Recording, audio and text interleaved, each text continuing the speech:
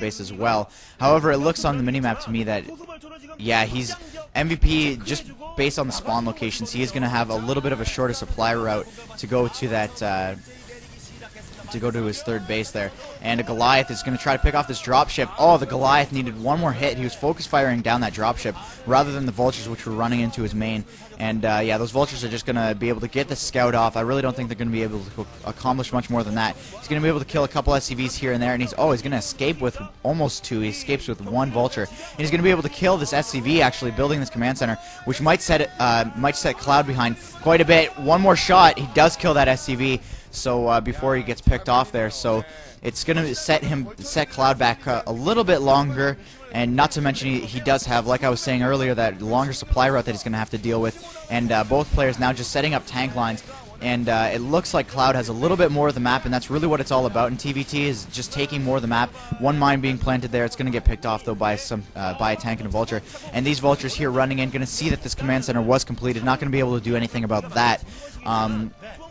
Perhaps he might look to catch some SCVs in transfer in their Maynard stage, but no, that's not going to happen. He's going to be forced to run away. Now some troops being ferried across the field here, some tanks just before those SCVs get transferred. So these tanks are going to be able to clean this up. However, a big push here coming in for Cloud, coming in with Goliaths, and sieging up his tanks, going to destroy this tank line. There's 3 tanks there. He's going to be able to destroy that tank line with only losing 1 tank of his own.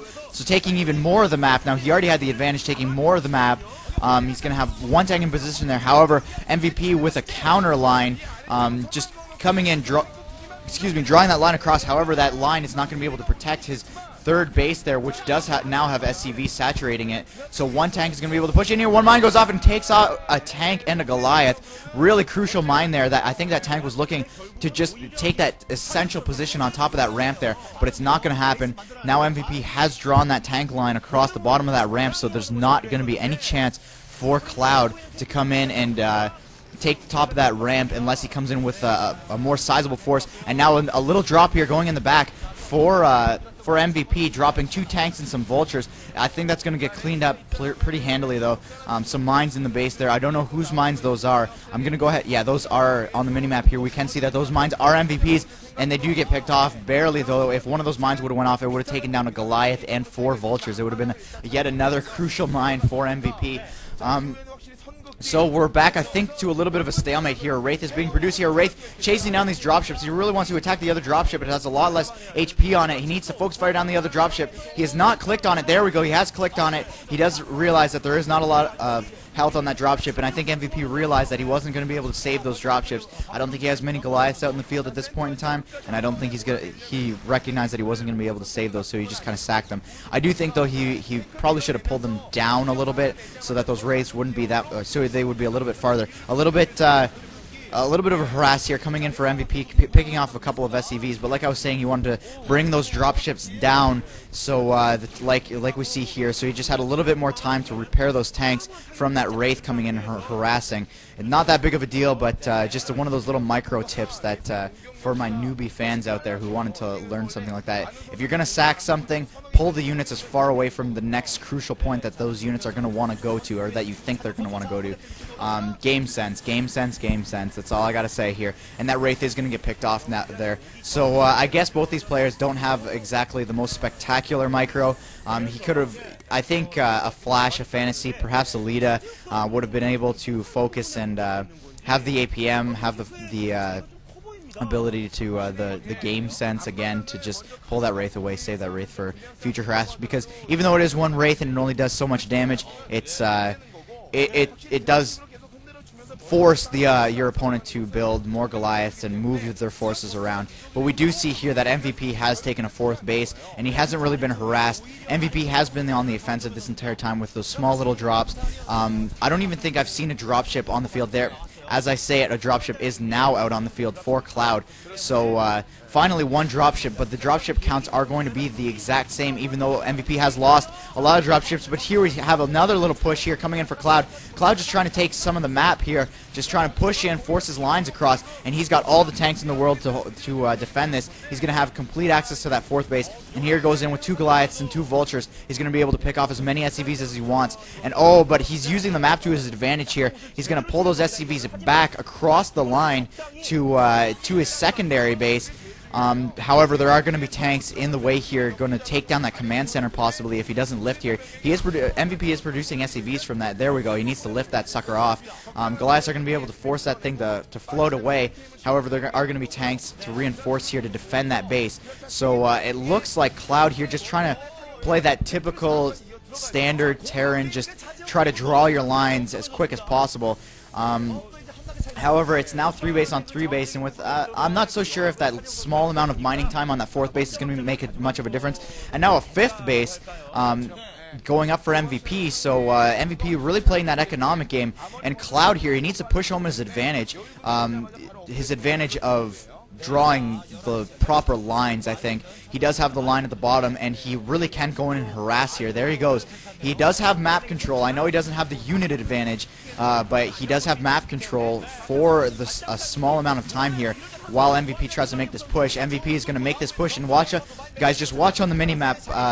For those of you who are kind of new to this TVT scene, MVP is going to try to arc that line all the way across and cut off the reinforcement line to that top right base for Cloud, so that he can just go in and harass with a small amount of units while still defending. And both of these players, neither of these players rather, have set up many turrets in their tank lines, so these dropships are going to be pretty effective in the mid-game here, the mid-late game. Just dropping across those tank lines, forcing them to splash damage themselves to death. And I think there are a couple of units up there at the top left base, that 5th base for MVP. I think Cloud is harassing up there. Yeah, as we can see on the minimap here, perhaps those are just mines. But regardless, yeah, as we can see here, Cloud does have just slightly smaller than half of the map. So he's going to have to really work his way back into this one. Now turrets are going up. As we see here, yeah, there's that drop across the line as that first turret came up.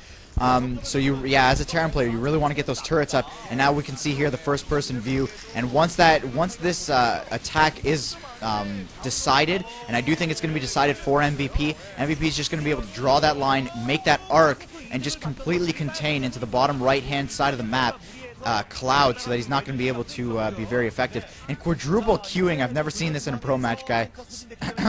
Quadruple queuing his factories for tanks there, so yeah, we can see the caliber of these players really isn't up to snuff for you know, for the level of play that we've been seeing out of our superstar Terrans these days.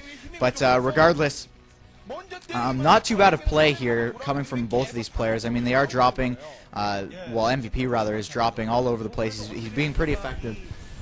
And Cloud, we can see here, is a couple mines going off here, damaging those front tanks. But Cloud is being, I don't know, effective in his economic game at least. He knows when to expand. He knows how to draw his lines. But I don't think he's being.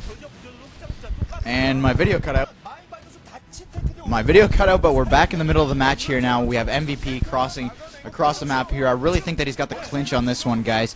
He's really taking that map control. However, we do see Cloud coming in on the top left base, that 5th base. They're going to get a huge siege shot off on all of these SCVs, killing off about 3 SCVs there. I thought it was going to be a lot more than that.